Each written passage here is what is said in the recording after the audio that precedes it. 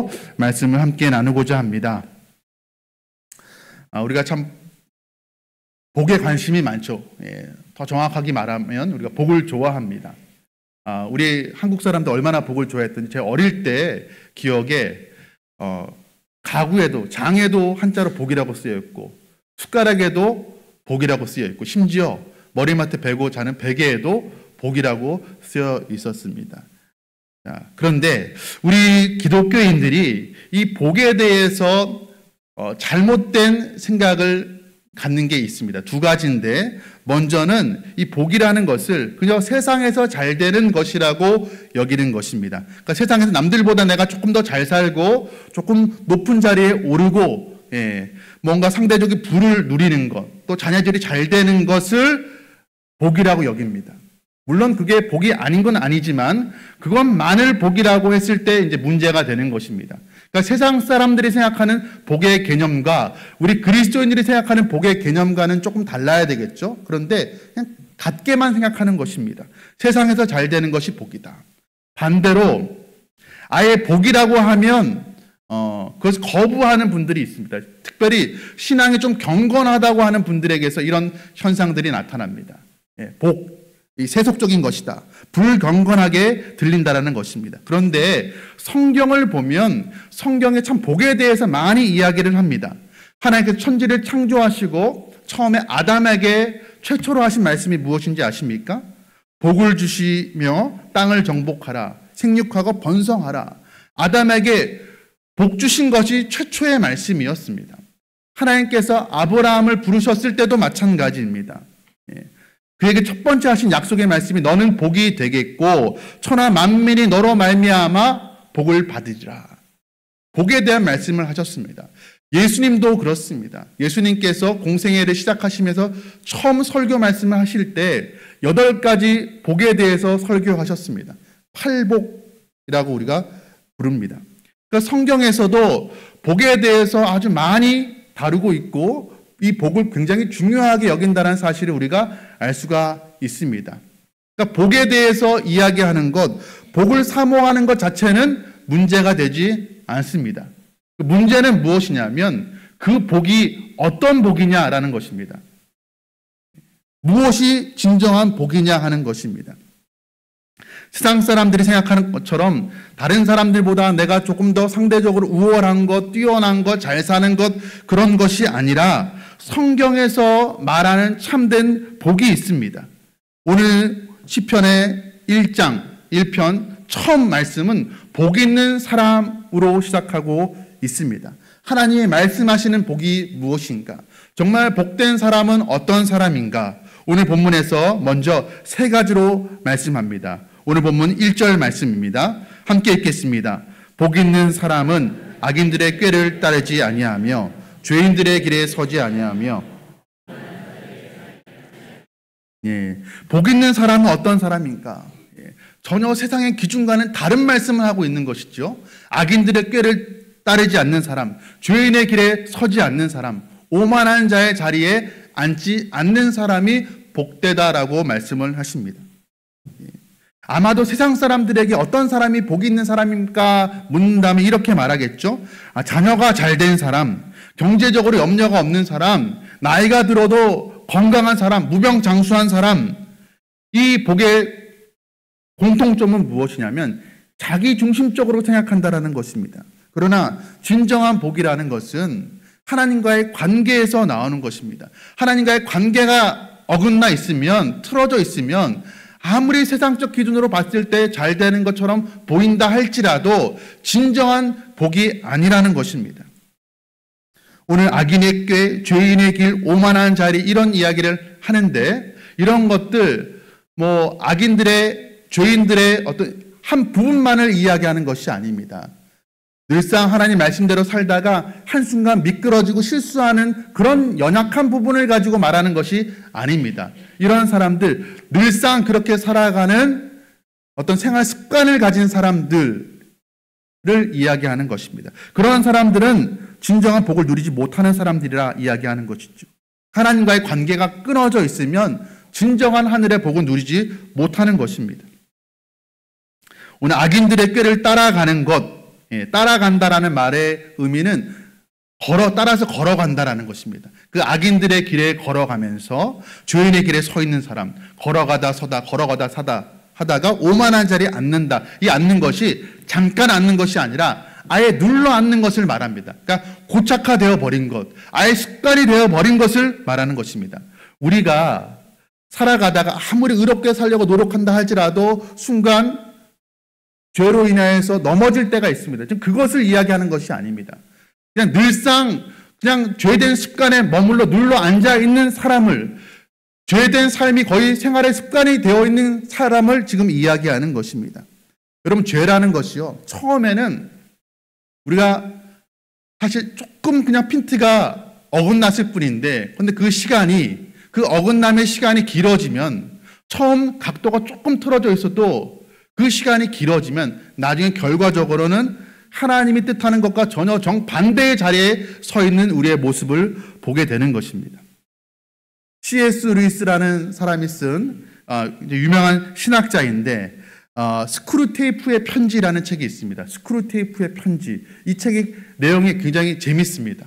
어떤 구성으로 되어 있냐면, 고참 마귀가 신참 마귀, 조카 마귀에게 어떻게 하면 사람들을 잘 넘어뜨릴 수 있는지에 대한 교훈을 담고 있는 편지 형식으로 되어 있습니다. 그러니까 사탄이 베테랑 삼촌 마귀가 신참 조카 마귀에게 어떻게 하면 사람 넘어뜨릴 수 있는지에 대한 비결을 공개한 책이 바로 이 스크루테이프의 편지입니다. 여기에 어떻게 하면 인간을 유혹하고 타락할 수 있는지에 대한 설명을 이렇게 하고 있습니다. 제가 책의 한 부분을 읽어보겠습니다. 앞에 화면에도 띄워집니다. 인간에게 큰 죄를 짓게 하지 마라. 의외죠? 인간으로 하여금 큰 죄 짓지 말게 하라고 이야기합니다. 대신에 사소한 죄를 반복해서 짓게 하라. 기억하라. 너의 가장 중요한 임무는 사람이 우리의 대적자, 우리의 원수, 여기에서는 사탄이 말하는 대적자는 누구일까요? 하나님입니다. 우리 하나님과 관계가 분리되도록 만드는 것이란다. 죄들이 얼마나 사소한지는 중요하지 않다. 아무리 사소한 죄라도 그것들이 쌓이고 쌓이면 빛으로부터 멀어지게 되고 사람들은 공허함 속에 빠져들어가게 마련이란다. 사람들을 지옥으로 보내는 가장 중요한 방법이 무엇인지 아는가? 서서히 죄를 짓게 만드는 것이란다. 사탄이 우리를 넘어뜨리는 방법이요, 서서히 죄를 짓게 만드는 것이라고 합니다. 사소한 죄를 반복해서 짓게 만드는 것이라고 말씀하고 있는 것이죠. 여러분, 사탄은, 화면 바꿔주셔도 됩니다. 사탄은 우리가 생각하듯이 우리 한 번에 넘어뜨리지 않습니다. 우리로 하여금 어떤 대단한 죄를 짓게 만들지 않습니다. 그것이 아니라 요것쯤이야, 이런 것들은 누구나 짓는 죄 아니야? 아주 사소하게 보이는, 어떻게 보면 아무렇지도 않게 보이는 그 죄를 반복적으로 짓게 함으로 말미암아서 우리의 신앙의 양심이 무뎌지게 만들고 결국에는 우리의 신앙의 양심이 죽어져서 더 이상 죄를 죄로 여기지 못하는 상태에 만든다라는 것입니다. 토마스 칼라이라는 신학자는 이렇게 이야기했습니다. 가장 치명적인 죄는 죄를 느끼지 못하는 양심을 갖는 일이다. 가장 치명적인 죄는 죄를 짓지 못하게 만드는 양심을 갖게 만드는 것이다. 우리가 죄에 대해서 여러분 애통하는 마음을 가지면 그나마 다행입니다. 우리 영혼이 살아있다는 것입니다. 여러분, 죽은 사람은 아무리 큰 가해를 끼쳐도 통증을 느끼지 못합니다. 우리 신앙의 양심이 죽어 있으면 아무리 큰 죄를 지어도 그것을 죄라고 여기지 못한다는 것입니다.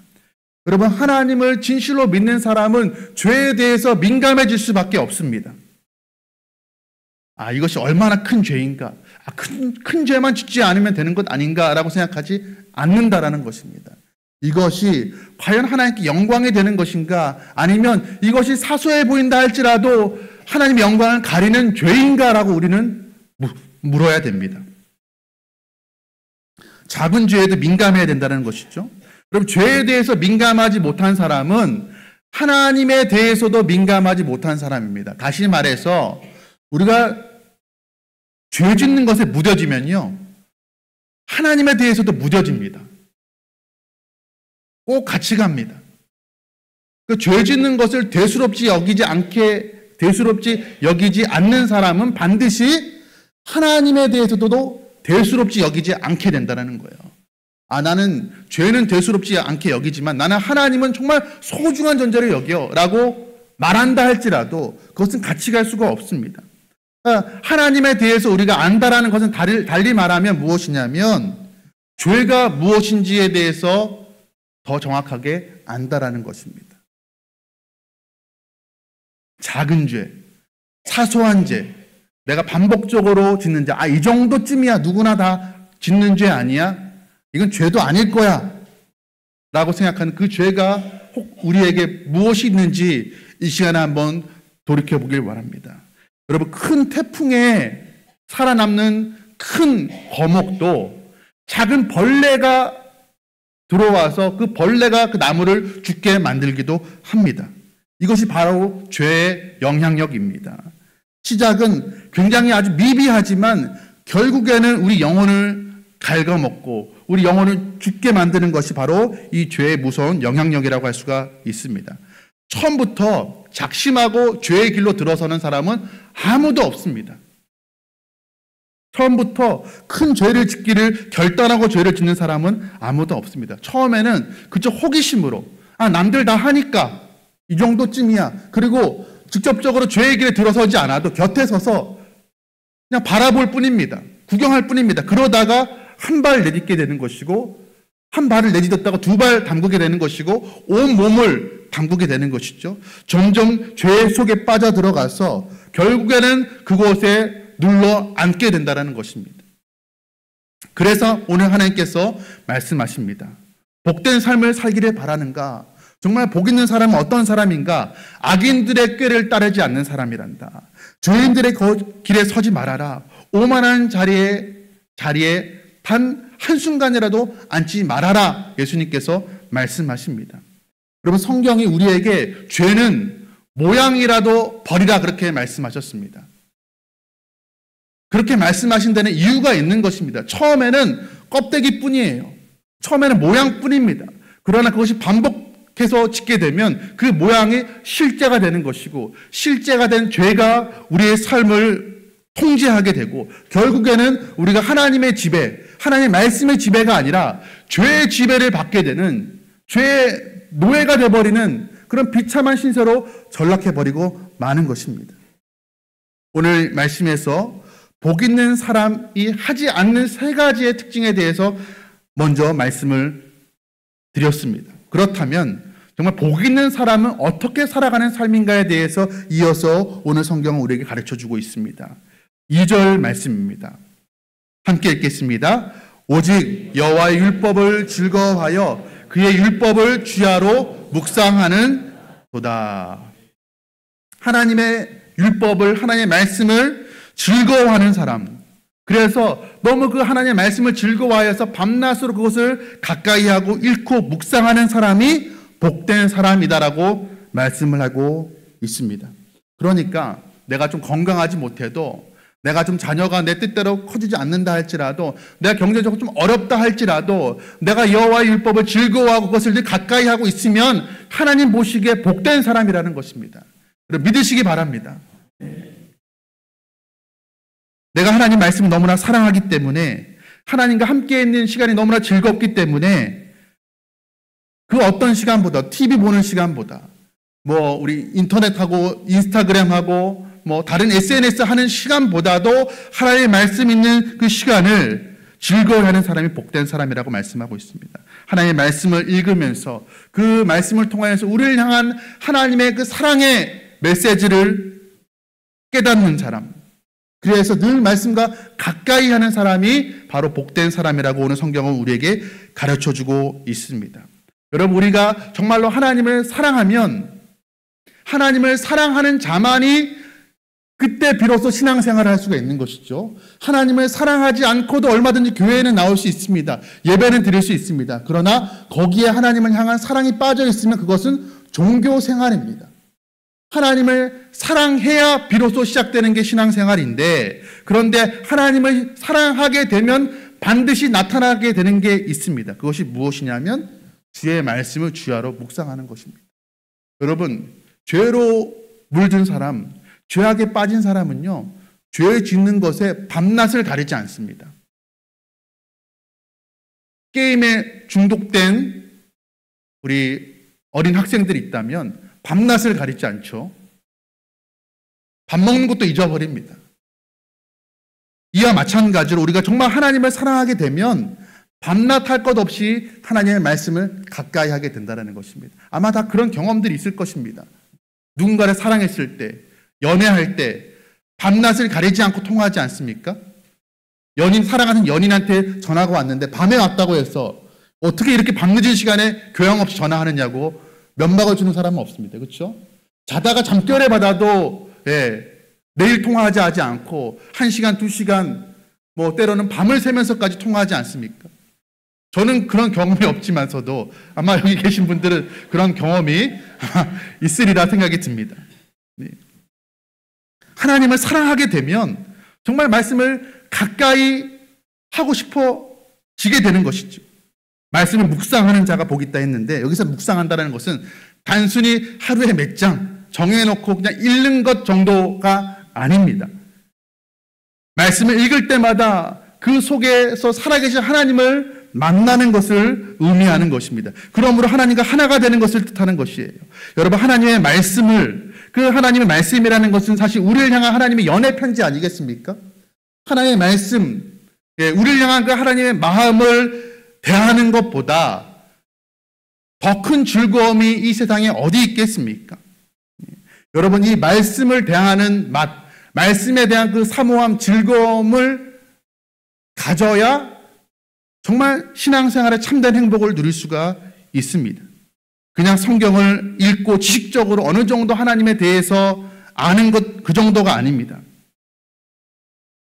오늘 우리 어제 노예 성경 쓰기 암송대회에서 많은 우리 작년을 비롯한 우리 학생들이 또 입상을 했는데, 바라기는 그 말씀이 그냥 머리에 지식적으로 새겨진 말씀이 아니라 정말 인생에 살면서 꼭 그 말씀이 필요할 때 생각나고 떠올라져서 그 말씀대로 살아가지는 축복이 있기를 간절히 소원합니다.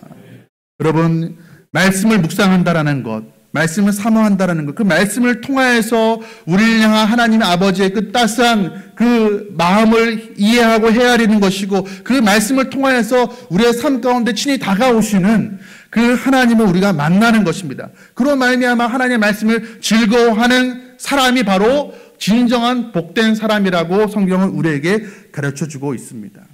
여러분, 우리가 하나님의 은혜로 이제는 땅에 속한 사람이 아니라, 비록 육신은 땅에 머물러 있지만 우리의 시민권은 하늘에 속한 우리는 사람이 되었습니다.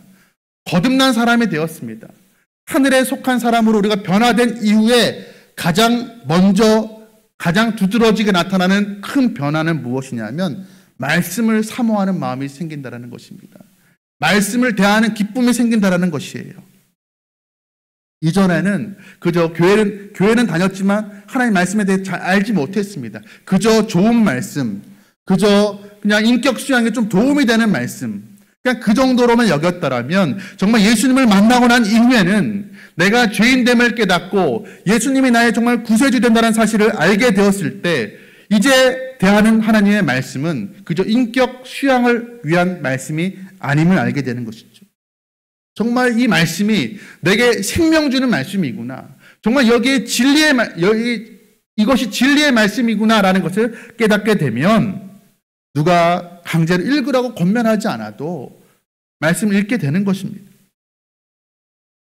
제가 군에 있을 때, 그 전에는 성경 말씀 잘 읽지 않다가 군에 있을 때 정말로 힘들어지니까 절로 나가지 않던, 사회에 있을 때도 나가지 않던 새벽 기도회를 제가 나갔습니다. 저희 부대 안에 교회가 군 부대가 있지 않고 옆 동네에 군 부대가 있었는데 조모 받기 전에 허락받고 혼자 유병소 밖을 나가서 조모 받기 그 시간 되기 전에 혼자 가서 예배 드리고, 군인 교회 뭐 새벽 기도는 자체적으로 없습니다. 그냥 혼자 가서 기도하고 오는 거예요. 그러면서 그 화장실에 숨어서 포켓 성경을 읽었습니다. 하나님의 은혜를 깨닫고 나니까 말씀을 보라고 해도 보지 않았던 제가 말씀을 사모하는 마음이 생기게 된 것이죠.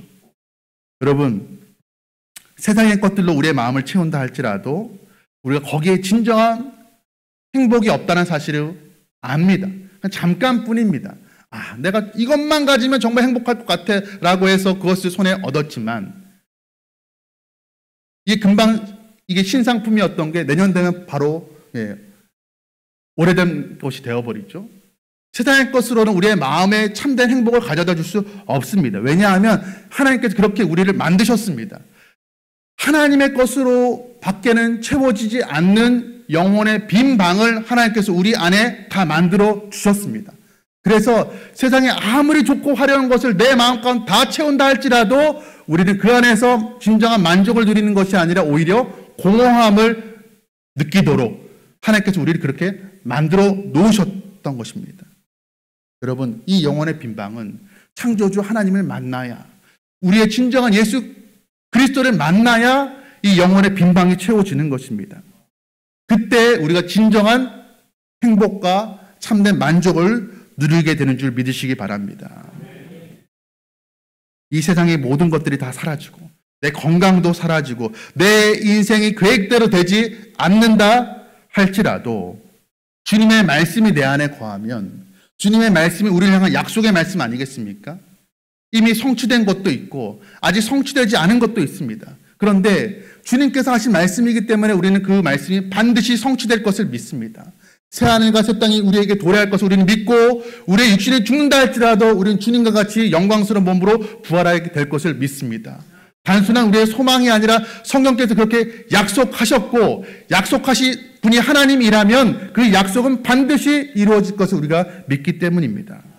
여러분, 그렇다면 우리가 조금 세상의 것 잃어버린다 할지라도 그 약속의 말씀이 우리 안에 깊이 새겨지면 우리는 복된 사람입니다. 그런데 오늘날에 참 안타깝게도 많은 사람들이 세상에서 복을 찾고 있습니다. 하늘의 축복을 구하는 것이 아니라 세상의 가치를 가지고 거기서 축복과 만족을 누리려고 하고 있습니다. 미국의 조금 먼 나라 이야기지만 휴스턴에 레이크우드 교회라고 있습니다. 한 10여 년 전에 그 이상 됐는지 정확한 기억은 나지 않지만 잘 되는 나, 긍정의 힘이라는 책으로 유명한 조엘 오스틴이라는 분이 심무하는 그런 교회인데 조금 잘못된 교회입니다. 번영신학으로 유명한 교회입니다. 번영신학은 무엇이냐면 하나님 믿으면 교회 다니면 무조건 잘 된다라는 것입니다. 병도 낫고 사업도 잘 되고 자녀도 잘 되는 신앙. 그런데 꼭 그렇지만은 않죠. 예수 믿어도 오히려 예수 믿기 때문에 당하는 고난이 십자가 우리에게 있습니다. 그런데 전에 이 교회에서 사실 이분도 안수를 받지 않고 이 아내분도 사모님도 사실 신학을 공부하지 않았는데 설교 가운데 이런 이야기를 했습니다. 우리가 예배하는 것은 하나님의 영광을 위해서 하는 것이 아니고 우리의 행복을 위해서 하는 것입니다. 여러분, 이 말이 맞습니까? 우리가 이 시간에 예배하는 것이 우리를 구원하신 하나님께 영광 돌리기 위함이 아니로 그저 내가 세상적인 복 받기 위해서 나의 만족과 행복을 받기 위해서 우리가 이 시간에 모인 것입니까? 그러니까 그들이 이야기하는 것은 무엇입니까? 우리의 존재라는 게 내가 하나님의 영광을 위해 존재하는 것이 아니라 하나님이 내 영광 위해서, 하나님이 내게 복 주기 위해서, 내가 기도하는 것, 내가 바라는 것, 소원하는 것 들어주기 위해서 존재하는 그런 하나님이라고 이야기하는 것입니다. 이건 완전히 잘못된 것입니다. 여러분, 하나님이 우리를 통해 영광 받으실 때, 하나님 기뻐하실 때 그때 비로소 우리 영혼도 참된 기쁨을 누리게 되는 줄 믿으시기 바랍니다. 진정한 복은 무엇입니까? 시편 119편에서도 하나님의 말씀을 즐거워하는 자들에 대해서 이렇게 말씀합니다. 시편 119편 92절 말씀입니다. 우리 함께 읽겠습니다. 주의 법이 나의 즐거움이 되지 아니하였더라면 내가 내 고난 중에서 멸망하였으리이다. 하나님의 말씀에 즐거움이 있기 때문에 고난 중에서도 기뻐할 수 있다라는 그런 고백입니다. 시편 119편 143절은 이렇게 또 말씀하고 있습니다. 함께 읽겠습니다. 환난과 우환이 내게 미쳤으나 주의 계명은 나의 즐거움이니이다. 고난을 통해서 더 하나님의 말씀 앞에 가까이 나아가게 되었다는 시인의 고백입니다. 예수 그리스도를 믿게 되면 고생 끝나고 예수 그리스도를 믿게 되면 교회 나오면 내 공부 안 해도 1등하고 하는 것이 아니죠. 때로는 예수 믿는 것 때문에 우리 중고등학생들도 이제 좀 있으면 중간고사라고 들었습니다. 학원에서는 주말에도 학원 나오라고 하죠. 예수 믿는 것 때문에 내가 포기해야 되는 것이 있습니다. 그러나 예수 믿는 것 때문에 내가 감당해야 될 감당해야 될 고난을 감당하는 것이 오히려 복된 길로 나아가는 시작인 줄 믿으시기 바랍니다. 여러분, 정말 하늘에 주시는 복은요, 세상의 고생 끝 행복 시장, 그런 행복이 아닙니다. 세상의 것을 초월하는 그런 기쁨입니다. 하나님이 내게 뭔가를 줘서 복이 되는 것이 아니라 하나님 자체가 내게 복이구나라는 것을 깨닫게 되기를 간절히 소원합니다. 세상의 것으로 채워져야 우리가 기쁨을 누릴 수 있는 게 되는 게 아니죠. 하나님의 말씀으로 채워지면 다른 것 좀 부족해도 우리가 거기에서 진정한 기쁨과 만족과 행복을 누리게 되는 것입니다. 그러므로 여러분, 하나님의 말씀을 채우기를 더 사모하십시오. 내가 내 삶의 빈자리가 있는데 이건 물질로, 명예로, 힘으로, 다른 건강으로 채워야지. 그걸로 남은 인생을 헛되게 소비해버리는 저와 여러분 되지 않기를 간절히 소원합니다. 여러분, 하나님 말씀을 사모할 때, 그 말씀을 즐거워할 때 그러한 사람의 결과가 어떠하다고 오늘 본문은 이야기하고 있습니까? 3절의 말씀, 상반절 말씀입니다. 그는 시냇가에 심은 나무가 철을 따라 열매를 맺으며 그 잎사귀가 마르지 아니함 같으니. 여러분, 나무가 어떻게 잎사귀가 마르지 않고 어떻게 열매를 맺습니까? 뿌리가 견고해야 됩니다. 뿌리가 좋은 땅에 비옥한 토지에 깊이 뿌리 박혀야 됩니다. 그래야 열매 맺고 그래야 잎사귀가 마르지 않습니다. 여러분, 우리 인생을 나무에 비유했을 때 어디에 깊이 뿌리 내리냐가 참으로 중요합니다. 여러분, 우리는 어디에 지금 뿌리를 내리고 있습니까? 나는 어디에 뿌리를 내리려 하고 있습니까? 정말 하나님의 말씀에 내 뿌리를 내리려 하고 있습니까? 아니면 세상의 것에 우리가 뿌리를 내리고 하고 있습니까? 2011년도에 동일본 대지진이 있었습니다. 그때 쓰나미가 막 들이닥쳤죠. 우리가 그것을 TV에 다 보았습니다. 그때 정말 수많은 사람들이 일순간에 죽고 많은 가옥들이 좀 한순간에 그 해이로 인해서 실려 나가는 것을 보았습니다.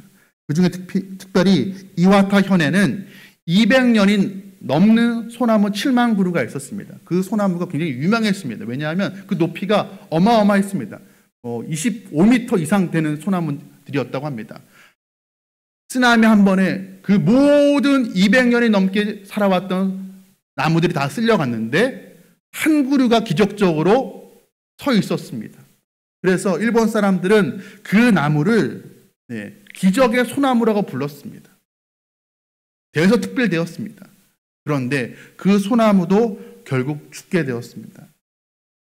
파도를 견뎠는데 결국 뿌리에 바닷물이 들어와서 그 염분 때문에 뿌리가 썩어서 죽게 되었습니다. 여러분, 어디에 뿌리를 내리는가가 참으로 중요합니다.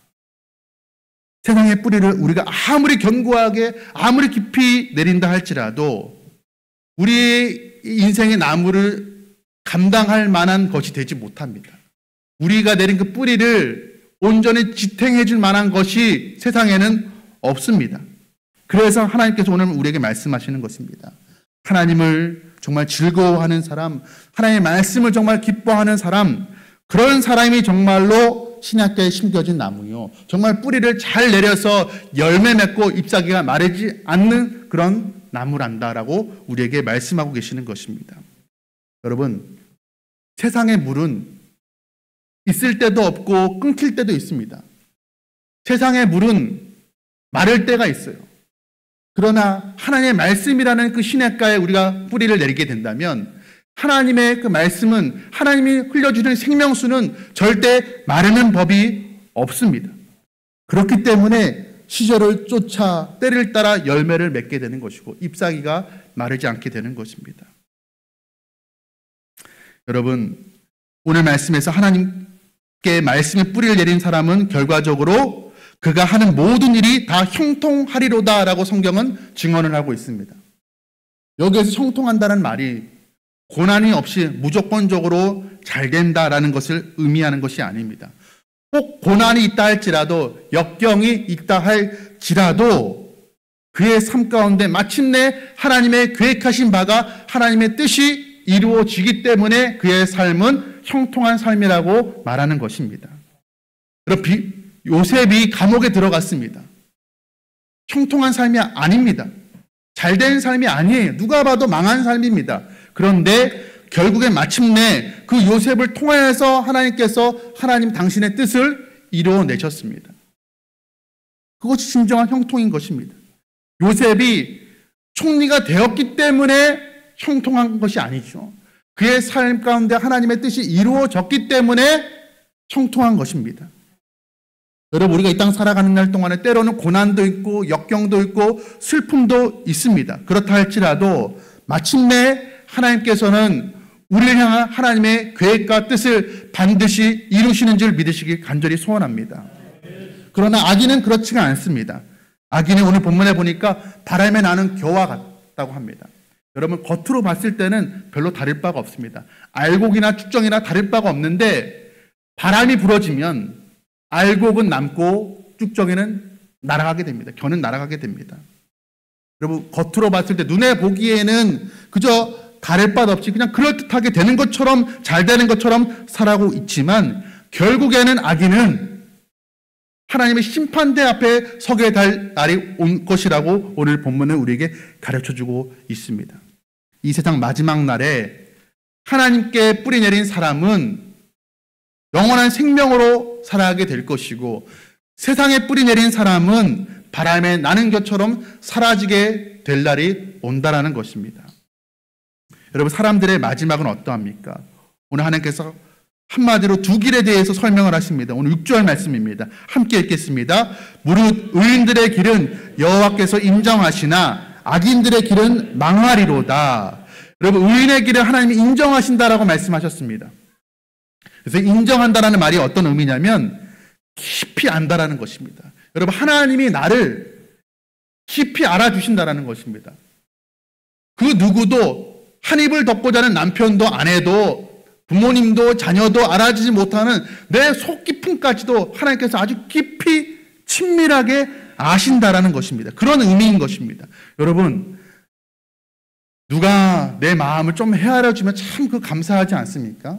그런데 천지를 창조하신 하나님이 내 속을 다 알아주신다. 내 모든 것을 알아주신다. 나를 인정해 주신다. 그럼 그것이 바로 복된 삶인 것입니다.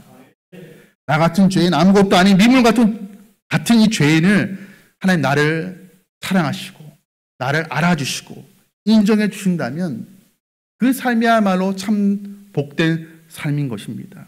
여러분, 우리 앞에 두 갈래의 길이 놓여져 있습니다. 하나님의 말씀을 즐거워하며 기뻐하며 하나님을 따라가는 생명의 길이 있고, 세상을 쫓아 따라 살아가는 죄인의 길, 죽음의 길이 놓여져 있습니다. 여러분, 우리는 어느 길로 걸어가겠습니까? 이제 오늘 예배를 마치고 삶의 자리에 돌아가서 우리는 또 인생의 길을 걸어가야 될 것입니다. 우리 앞에 두 길이 놓여 있습니다. 바라기는 저와 여러분들이 정말 하나님의 말씀으로 행복한 인생 살아가기를 간절히 소원합니다. 말씀의 길을 걸어가서 하나님 주시는 형통함을 누리는 그런 저와 여러분 되시기를 주님의 이름으로 축복합니다. 우리 시간에 함께 찬양하고 주신 말씀 붙들고 기도하겠습니다. 찬송가 455장입니다.